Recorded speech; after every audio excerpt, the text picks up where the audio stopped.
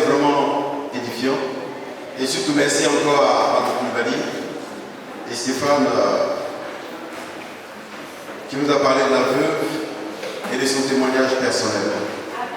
Et ce matin, nous allons parler de la vision d'avenir. Frères et sœurs, la Bible dit en Proverbe 29, verset 18, Proverbe 29, verset 18, la Bible nous dit lorsqu'il n'y a plus de vision d'avenir, un peuple vit dans le désordre. Heureux alors est l'homme qui obéit à la loi. Quand il n'y a plus de vision d'avenir, le peuple vit dans le désordre. Frères et sœurs, sans rêve, sans but, sans objectif, on vit dans le désordre. Regarde un peu, quand tu te lèves le matin et que tu n'as rien à faire dans la journée, comment tu te comportes? Tu veux dormir, tu traînes un peu tes pas, parce que tu n'as rien à faire. Mais quelqu'un qui a quelque chose à faire, qui a un but à atteindre, qui a quelque chose à réaliser, ne se comporte pas de la même manière que celui qui n'a rien à faire. Donc, frères et sœurs, dans notre vie de tous les jours, la Bible nous montre que quand il n'y a pas de vision, quand il n'y a pas d'objectif à atteindre, quand il n'y a rien à réaliser, on vit dans le désordre. On se laisse aller. On se laisse conduire par nos désirs. On se laisse conduire par nos envies. On se laisse conduire par tout ce que notre cœur veut. Parce qu'il n'y a rien que nous visons, il n'y a rien que nous devons atteindre. Et de là vient le péché, qui s'enveloppe si facilement en nous et nous détourne de la voie. Frère, c'est celui qui a un rêve, qui a un but, ne se comporte pas de la même manière que celui qui n'a pas de rêve, qui n'a pas de but. Et donc ce matin, nous allons parler de notre rêve, de notre vision commune en tant que disciples de Jésus-Christ.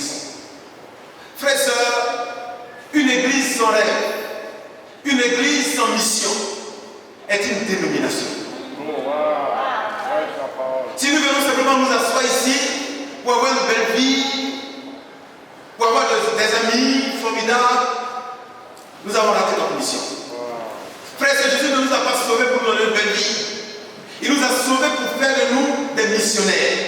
Il nous a sauvés pour nous confier une mission que nous devons réaliser. Et cette mission, c'est de sauver le monde.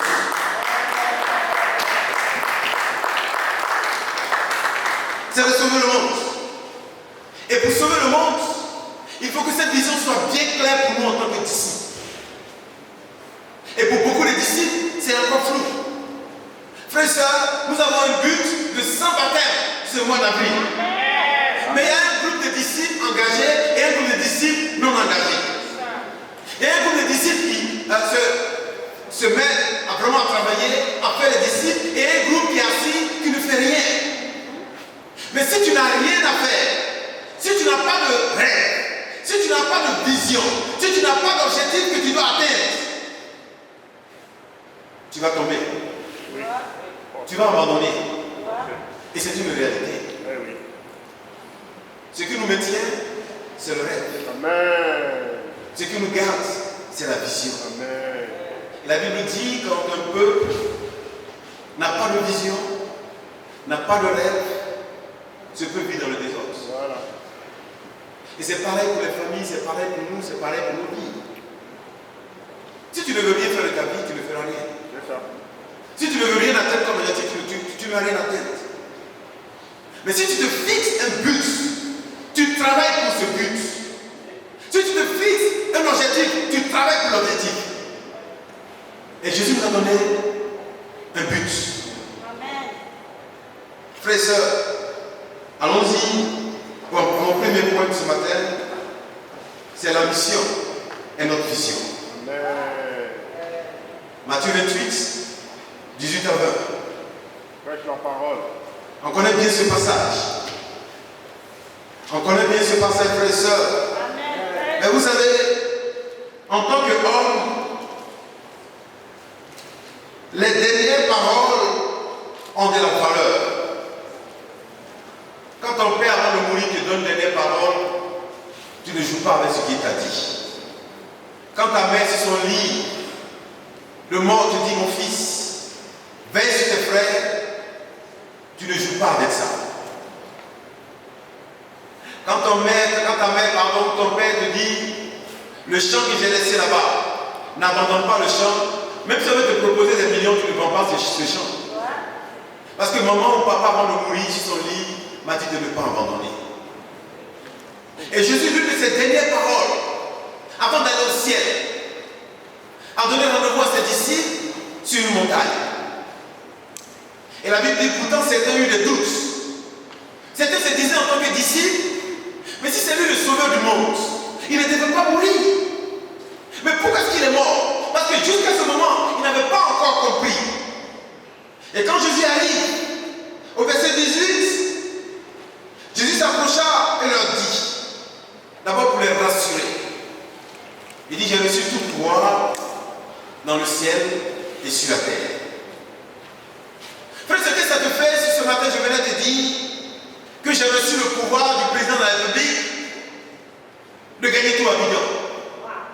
Et que je te parle ce matin, je t'envoie. Ouais, ce que ça peut te faire, l'assurance que ça te donne, parce que j'ai reçu un pouvoir. Et Jésus dit à ses disciples que le pouvoir qu'il a reçu, ce n'est pas seulement sur la terre.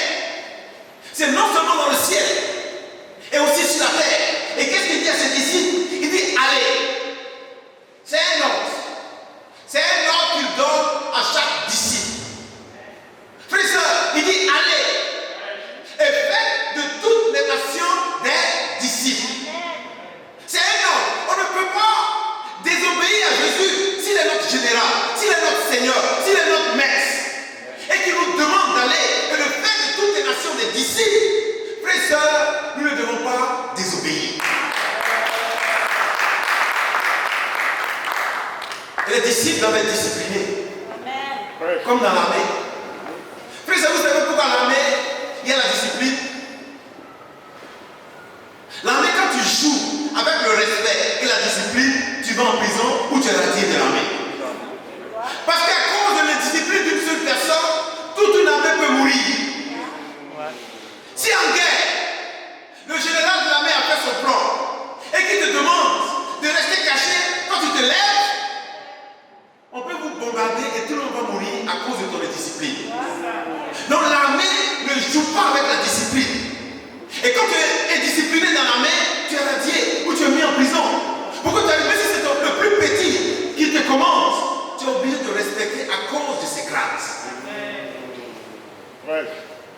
Et Jésus nous donne son ordre. Il dit allez.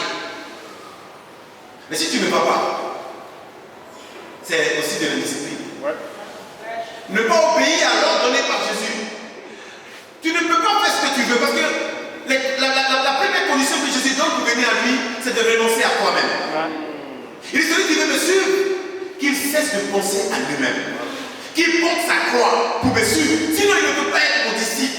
Et si tu es disciple de Jésus, tu renonces à toi-même et tu obéis à ce que Jésus te demande. Et Jésus dit, allez, et nous devons partir. Il ne te dit pas que ça va être facile. Il ne te dit pas que ça va être bon. Il te dit simplement, va. Va et fais de toutes les nations. Frères et sœurs, ce n'est pas une ville. Ce n'est pas un quartier. Ce n'est pas ton village. Mais il parle de toutes les nations. Et la vision est grande. Frères et sœurs, la vision de Jésus est une grande vision. C'est de gagner toutes les nations.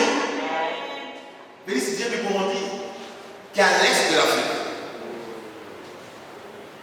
Nous irons au Cameroun. Il s'agit des nations. Il ne s'agit pas de ville ou de village. Et donc, la vision, le rêve, c'est de faire de toutes les nations des disciples. Est-ce que tu épouses cette vision? Et si on a un grand rêve, comme je disais tantôt, on travaille pour le rêve, on travaille pour la vision. Mais on ne prend pas n'importe qui pour gagner le monde. Ceux qui doivent gagner le monde doivent être préparés et équipés. Et voilà pourquoi il y a la formation. On forme les disciples parce que la vision est grande.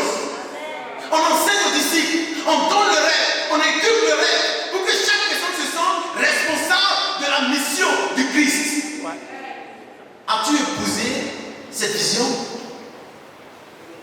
saisi ce rêve, frère, c'est le rêve que nous faisons avec l'église aujourd'hui. Parce que frère, on a une autre conception de l'église. Avec notre passé religieux, l'église c'est un bâtiment où on va quand on a des problèmes, quand on est malade, quand on ne travaille plus, quand on veut avoir un enfant, quand on veut avoir une femme, quand on veut avoir un mari, quand on a peur des sorciers, pour ne pas être bouffé par les sorciers, va à l'église. Et quand on vient à l'église, on vient s'asseoir, le pasteur va donner les bénédictions, et puis on va à la maison, on revient la semaine prochaine. Et nous avons grandi avec cette manière de voir l'église. Et quand nous devenons disciples, certains nous pensons que c'est la même chose. On vient simplement nous asseoir les dimanches, on écoute le message, et notre vie n'est pas transformée. On ne pousse pas le rêve du Christ. Frère et soeur, si tu es devenu disciple, tu es un missionnaire. Si tu es devenu disciple, c'est pour gagner les nations. Si tu es devenu disciple, tu n'as plus de vie. Si tu es devenu disciple, tu es vendu à Christ. Ce n'est pas pour que notre vie soit meilleure. Frère, c'est sûr, on ne change pas de pays. Mais non, frère, ce n'est plus notre confort. C'est le salut des autres. C'est le salut des nations. C'est la vie des autres. C'est qu'est-ce qu'on peut apporter dans la vie des autres. C'est de ça qu'il s'agit. Frère et soeur, ça c'est notre vision. Et ça c'est notre mission. Et si tu perds de vue ces choses, tu n'es qu'un religieux. Tu viens à l'église pour avoir une bonne vie. Mais même les non-chrétiens ont souvent de bonnes vies. Ce que Dieu donne aux chrétiens, il donne aussi aux païens. On n'a pas besoin de venir à l'église pour avoir ce que Dieu donne à tout le monde. Mais le monde n'a pas le rêve que nous avons de gagner des nations. Le monde n'a pas ce rêve. Le monde se lève le matin, ils ne savent même pas quoi faire de leur journée, ils ne savent pas quoi faire de leur vie. Mais nous, en tant que disciples, on a 24 nations à gagner. Et on doit envoyer des personnes ici dans ces salles, dans ces nations. Mais pas des gens qui ne sont pas engagés. Pas des gens qui vont venir jouer. Frères et sœurs, c'est pour ça que quand nous baptisons quelqu'un, nous allons baptiser des disciples. Nous allons faire des disciples, donner la vision à chaque personne qui est baptisée. Frères et sœurs, pour que personne ne soit surpris. Pourquoi tu ne dis pas demain, je ne savais pas que c'était pour ça. Parce qu'avant, tu dois savoir que quand tu deviens disciple, c'est Matthieu 28 qui te montre que le disciple va et fait aussi des disciples. Et nous devons faire des disciples comme Jésus a fait des disciples. Mais je suis chrétien, c'est comme Christ a fait des disciples. Il allait de ville en village pour prêcher la parole. Et nous devons aussi donner notre vie pour que les hommes soient sauvés. Marc 16, verset 19 à 20. Marc 16, 19 à 20. Prêche mon frère. Amen, mon frère. Marc 16, 19 à 20. Après avoir ainsi parlé, le Seigneur Jésus fut enlevé au ciel et s'assit à la droite de Dieu. Les disciples partirent pour annoncer partout la bonne nouvelle. Le Seigneur les aidait dans ce travail et confirmait la vérité de leur prédication par les signes miraculeux qui l'accompagnaient. Après avoir parlé aux disciples, frère Jésus a été enlevé au ciel. Et les disciples qui avaient peur au début, qui s'étaient enfermés dans cette chambre, qui avaient peur d'aller prêcher la parole, ont saisi cette mission. Et la Bible dit que les disciples partirent pour annoncer partout la bonne nouvelle. Partout. Annoncer la bonne nouvelle. Partout. Et le Seigneur les aidait. Parce que Jésus a dit, je serai avec vous.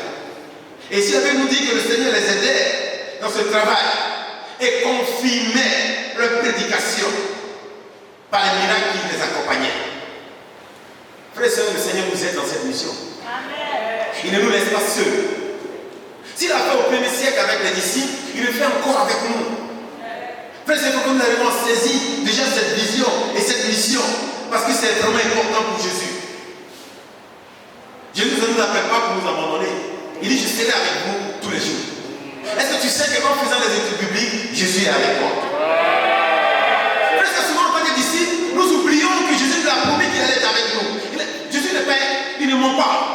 qu'il dit est vrai.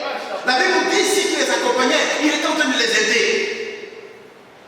Mais souvent quand nous faisons des études bibliques, on pense qu'on est seul. On pense qu'on discute seul. On parle seul. Non. Jésus nous a dit, et il est avec nous. Il est là avec toi quand tu fais des études bibliques. C'est lui qui change les cœurs. C'est lui qui touche les cœurs. Et c'est lui qui confirme le message. Il faut saisir cela. Chaque disciple doit savoir qu'il n'est pas seul quand il accomplit cette volonté de Dieu. Il est avec toi. Et s'il est avec toi, ses promesses sont avec toi. Et s'il est avec toi, c'est vraiment qu'il ne t'abandonne jamais. Et pourquoi tu as peur si Jésus est avec toi? Il dit qu'il a reçu tout point dans le ciel et sur la terre. Et il nous envoie.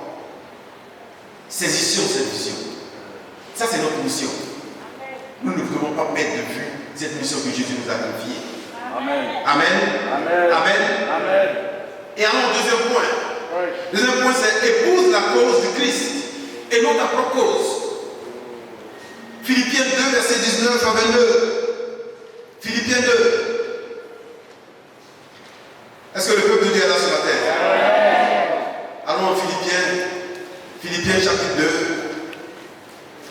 Frères et sœurs, à chaque fois que je lis Philippiens, je me dis, attends, Paul était vraiment sensible. Et Paul avait tellement compris la cause du Christ qu'il avait même donné son cœur pour cette cause. Voyez ce que la Bible nous dit au verset 19. Il dit, avec confiance dans le Seigneur Jésus, j'ai bon espoir de vous envoyer bientôt Timothée, afin d'être réconforté moi-même par les nouvelles que j'aurai de vous. Il est le seul à prendre part à mes préoccupations et à se soucier réellement de vous. Tous les autres s'inquiètent seulement de leur affaire personnelle et non de la cause de Christ. Vous savez vous-même comment Timothée a donné des preuves de sa fidélité. Comme un fils avec son père, il s'est activé avec moi au service de la bonne nouvelle. Frères et sœurs, la Bible est vraiment la parole de Dieu. Et Paul, s'adressant à l'église de Philippe, dit qu'il n'avait personne à envoyer. Il n'avait personne qui avait épousé la cause comme Timothée. Frère, est-ce que l'église d'Abidjan peut dire ça de toi? Est-ce que tu as épousé la cause du Christ? Est-ce que tu as besoin d'un maître, tu as besoin d'un formateur, tu as besoin d'un dirigeant pour faire ce que le Christ te demande de faire? Frère et sœur, Timothée était le seul qui avait renoncé véritablement à sa vie pour se préoccuper des affaires du Christ. Les autres ne s'occupaient que de leurs affaires personnelles. Frères et sœurs, nous avons le choix entre nous occuper des choses du Christ ou nous occuper de nos affaires personnelles. Mais laisse-moi te dire que quand tu t'occupes des affaires du Christ, le Christ est avec toi. Amen. Est-ce que tu as besoin d'un maître, tu as besoin d'un formateur, tu as besoin d'un dirigeant pour faire ce que le Christ te demande de faire? Frère et sœur, Timothée était le seul qui avait renoncé véritablement à sa vie pour se préoccuper des affaires du Christ. Les autres ne s'occupaient que de leurs affaires personnelles. Frères et sœurs, nous avons le choix entre nous occuper des choses du Christ ou nous occuper de nos affaires personnelles. Mais laisse-moi te dire que quand tu t'occupes des affaires du Christ, le Christ est avec toi. Et quand tu t'occupes des affaires personnelles, il n'est pas dans tes affaires personnelles. La Bible dit en 2 Corinthiens 5, à partir du verset 14, Paul dit l'amour du Christ nous presse, nous domine, nous étreint. Parce que nous avons compris qu'un seul est mort pour tous, ce qui veut dire que ceux qui vivent ne vivent plus pour eux-mêmes, mais pour celui qui est mort pour eux sur la croix. Si l'amour du Christ te domine, si l'amour du Christ te presse, si tu as vraiment compris que le Christ Tu ne vis plus pour toi-même. Tu vis maintenant pour le Christ. Frères et sœurs, je vous en supplie, ne vivons plus pour nous-mêmes. Dieu se charge de préparer notre vie. Dieu s'occupe de notre vie. Laisse ça entre les mains de Dieu. Tu ne peux pas contrôler, tu ne peux pas diriger, tu ne peux rien faire. Laisse Dieu s'occuper de ta vie. La Bible dit en Matthieu 6, 33, cherchez premièrement le royaume de Dieu, la vie juste qu'il demande, et Dieu vous accordera tout le reste. Frère et sœur, qui donne tout le reste? Mais qu'est-ce qu'il te demande? Préoccupez-vous du royaume de Dieu et de la vie juste qu'il demande. Dieu n'est pas contre tout le reste. Il veut te donner tout le reste. Mais ce qu'il te demande, c'est de chercher pleinement son royaume et la vie juste. De te préoccuper des choses de son royaume. Pas de ta vie. Mais la Bible parle au livre de Timothée, parce que Timothée était un modèle, Timothée était un exemple. Timothée épousait la cause du Christ. Timothée avait ça sur son cœur, comme Paul. Parce qu'il a compris l'amour du Christ pour lui, frères et sœurs. Si nous avons compris l'amour du Christ pour nous, on ne nous force plus à faire ce que nous devons faire normalement. Quand est-ce que nous allons nous réveiller? Quand est-ce que nous allons nous mettre au travail? Quand est-ce que nous allons savoir que nous sommes le salut? Nous sommes la solution pour les autres. Dieu ne fait pas d'erreur. Il ne t'a pas choisi pour que tu viennes t'asseoir simplement. Quand Dieu te choisit, il sait que tu as une capacité en toi. Que tu peux accomplir des choses. Et c'est pour cette raison que Dieu t'a choisi. Et tu es un instrument entre les mains de Dieu. N'abandonne pas. Ne te décourage pas. Tu n'as pas le droit. Il y a des hommes et des femmes qui ne comptent que sur toi. Il y a des nations qui ne comptent que sur toi. Qui n'attendent que toi. Et si tu baisses les bras, qui va le faire? Frère, ce Dieu n'évangélise pas. L'ange n'évangélise pas. Regardez l'ennemi que tu pieds. Un ange dit à Philippe, va vers l'ennemi que tu pieds. Mais l'ange ne va pas évangéliser l'ennemi que tu pieds. Parce que ce n'est pas son rôle. Dieu laisse le privilège à ses enfants. Parce que Dieu veut que tu participes à cela. Dieu veut que ses enfants participent. Frère, c'est que nous parlons avec les autres, que nous apportons des solutions, que nous aidons les autres, que nous impliquons dans la vie des autres. Voilà ce que Dieu veut, mais pas que nous les abandonnons. Ce n'est pas ça le plan de Dieu. Et frère, c'est pour ça que nous devons avoir un cœur plein d'amour.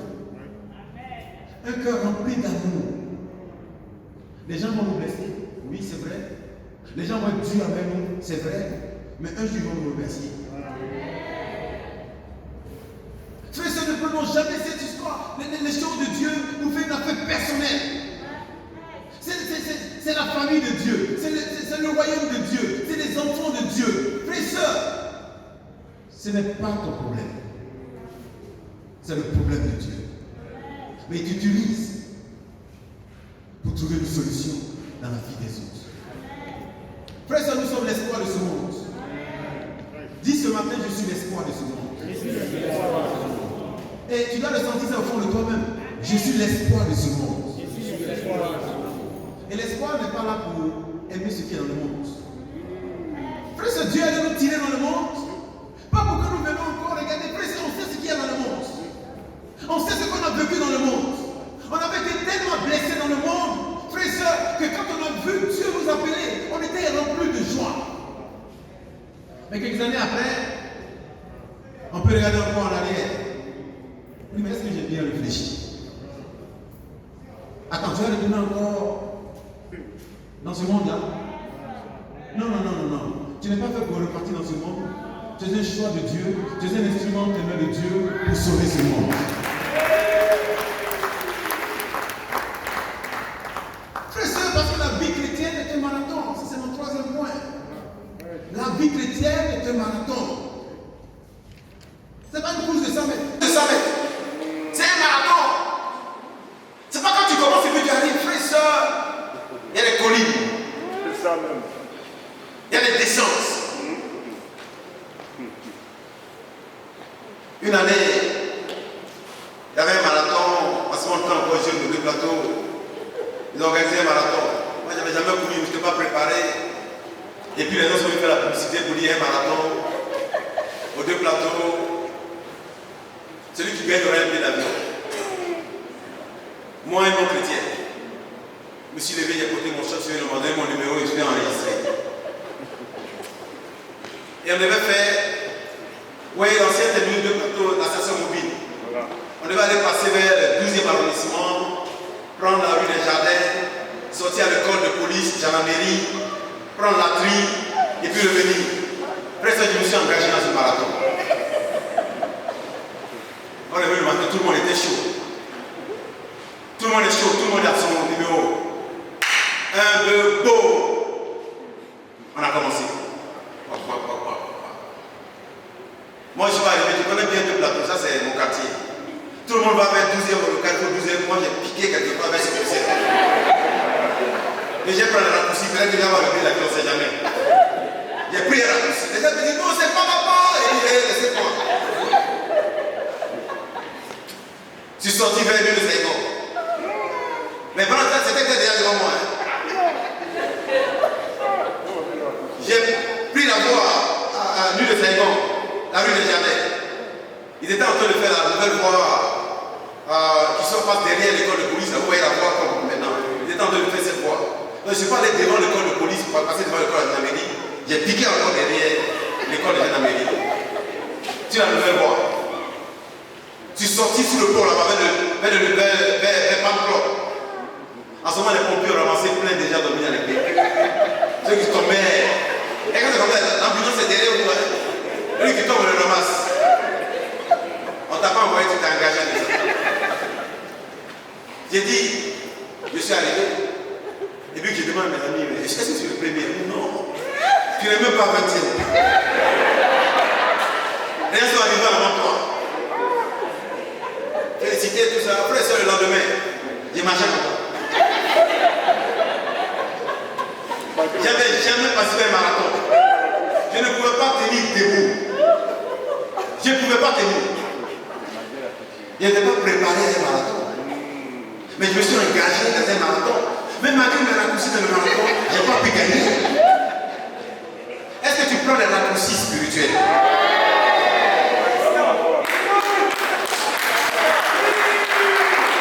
Tout le monde appelle, il faut pas aller là-bas. On ne fait pas ça, tu dis laissez-moi. Je vais arriver aussi. Laisse-moi te dire que certains vont arriver avant toi. Parce qu'avec Dieu, il n'y a pas de raccourci spirituel. Philippiens 3. Philippiens 3. Verset 12. Je ne prétends pas avoir déjà atteint le but ou être déjà parvenu parfait, mais je poursuis ma course pour me forcer d'en saisir le prix. Car j'ai été moi-même saisi par le Christ. Non, frère, je ne pense pas avoir déjà obtenu le prix, mais je fais une chose. J'oublie ce qui est derrière moi, je me force d'atteindre ce qui est devant moi. Ainsi, je cours vers le but, afin de gagner le prix que Dieu, par Jésus-Christ, nous appelle à recevoir là-haut. Nous tous qui sommes spirituellement adultes, ayons cette même préoccupation. Cependant, si vous avez une autre opinion, Dieu vous éclairera à ce sujet. Quoi qu'il en soit, continuons à avancer dans la direction que nous avons suivie jusqu'à maintenant. Frères, imitez-moi tous. Nous avons donné l'exemple. Alors fixez vos regards sur ceux qui se conduisent selon cet exemple. Je vous l'ai déjà dit souvent et je vous le répète maintenant en pleurant. Il y a beaucoup qui se conduisent en ennemis de la croix de Christ. Ils courent à leur perte, car leur Dieu, c'est leur honte. Ils sont fiers de ce qui devait leur faire honte. Et ils n'ont en tête que les choses de ce monde. Paul écrivait avec beaucoup de larmes. On est tous dans frères et sœurs. Nous, vos dirigeants, nous sommes aussi dans la course. On est tous en train de faire la même course. Mais Dieu choisit certains qu'il met devant vous dans le but de tirer tout le monde. Et nous ne sommes pas contre le reste du peuple, mais nous sommes avec le peuple. Pourquoi? Pour atteindre l'objectif du Christ. Et Paul dit, je fais une chose. C'est vrai, on va commettre des erreurs. C'est vrai, on va devenir faible. Mais il faut toujours se relever. Oubliez ce qui est derrière nous. Ne devenez pas prisonnier de ton passé. Souvent Dieu nous pardonne, mais nous-mêmes ne sommes pas capables de nous pardonner nous-mêmes. Et c'est ça notre problème. Ah, moi, j'ai fait ça, est-ce que Dieu peut m'accepter encore? La parole de Dieu ne se contredit pas. Paul dit, je fais une chose. J'oublie ce qui est derrière moi. Oublie tes erreurs. Oublie ce qui est derrière toi. Repars à zéro avec le Christ. C'est possible pour toi. C'est possible. C'est un marathon. C'est parce que j'ai échoué une fois que je ne veux plus m'engager. Non. Je peux commettre des erreurs. Je peux tomber. Mais je dois être capable de me relever et continuer ma course. Et Paul le disait même, frères et sœurs, en pleurant. Parce que beaucoup de nos frères se conduisent encore en ennemis de la croix de Christ. Frères et sœurs, nous ne pouvons pas cracher sur la croix de Christ. Nous ne pouvons pas caresser le péché. Frères et sœurs, j'aime donner ces exemples quand je fais le truc de la croix. Je dis, tu as ton enfant que tu aimes bien et tu as ton chien chez toi à la maison. Et tu arrives un jour, tu trouves que ton chien a mangé ton enfant. Qu'est-ce que tu fais au chien? Tu le caresses? Tu lui dis, il ne faut plus faire ça. Mais tout passe. Je n'aime pas ce que tu as fait. Tu tues le chien. Et le péché a tué Jésus. Il est mort à cause du péché. Et nous continuons de caresser encore le péché. De dire encore au péché, ce n'est pas grave. On ne me voit pas. Personne ne sait. C'est ma vie. Je peux faire ce que je veux. Ils ne savent pas.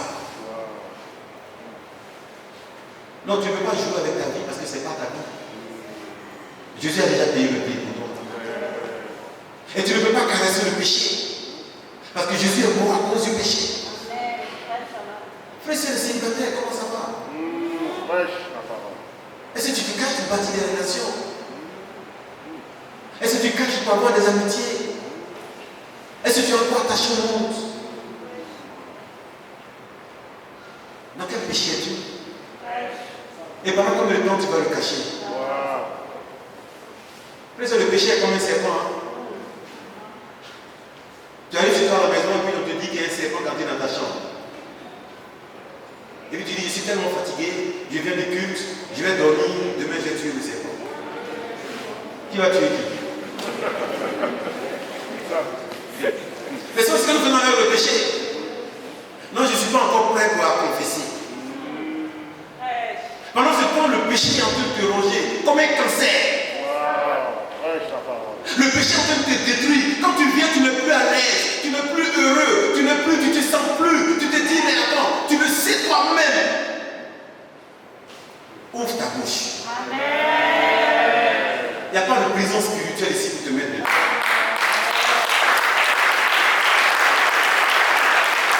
Frère et sœur. Frère et sœur, spontanément, si tu dis ton péché, tout le monde va savoir. Ça, c'est les ruses et les mensonges du diable. Les péchés de David sont écrits dans la Bible. Les péchés de Pierre sont écrits dans la Bible. Les péchés de Moïse sont écrits dans la Bible. Et tu lis. Tu dis, David a commis un adultère avec Bathsheba. C'est dans la Bible, toi tu lis ça tout le temps. Et tous ceux qui vont venir après nous vont lire encore. C'est ça qui enlève la puissance de David. Mais pourquoi toi tu caches et toi tu dis non, ils vont savoir. Nous on va faire quoi avec ton péché? Quel journal on va écrire avec ton péché? Frère, c'est un peu comme si on n'avait rien à faire, on va s'asseoir. Et puis toi tu es devenu un coup important. Et puis on parle de ton péché, on parle à tout le monde. On dit voilà ce qu'il a fait de sa vie. Voilà comme il est mauvais. Oh, celui-là il est mauvais. La Bible te demande de confesser tes péchés. Parce que tu es dans un marathon. Un marathon ne se coupe pas avec un sac de dos. Un marathon ne se coupe pas avec des bagages. Un marathon se coupe avec un petit t-shirt léger et un petit short. Avec une chaussure adaptée. Parce que c'est une longue distance. Débarrasse-toi de tout ce qui gêne ta marche. Débarrasse-toi du péché qui s'accroche si facilement à toi. On ne cherche pas ici à plaire à un homme. Très souvent, dans cette manière de voir, celui qui ne dit pas ses péchés, c'est lui qui est bon. C'est celui qui a gratté le coin dans la Bible, c'est Pierre. Quand Jésus dit, viens, tu ne peux pas dire ça, tu ne vas pas mourir. Il dit, allez, de moi, Satan. Pierre a commis le plus grand nombre d'erreurs dans la Bible. Mais qui Jésus a choisi pour diriger l'église après lui? Pierre. Mais Barthélemy, on n'entend même pas parler de lui. On dit, Barthélemy, toi tu n'as rien fait, tu n'as rien gâté, tu es le dirigeant. Non, Dieu veut des hommes et des femmes de caractère. Capable d'ouvrir la bouche, j'ai fait ça, je le reconnais, je change. Et Dieu utilise ce genre de personnes. Et c'est parce que ce que Dieu veut utiliser, le diable les attaque. Parce que le diable sait. Il sait ce que Dieu veut faire avec toi. Il sait ce que Dieu veut accomplir avec toi. Et donc il met des choses dans ta vie et il te demande de te taire. Pourquoi tu ne sois pas un instrument de choix entre les mains de Dieu? Décide d'ouvrir ta bouche parce que tu es un instrument entre les mains de Dieu et que Dieu bénisse son église.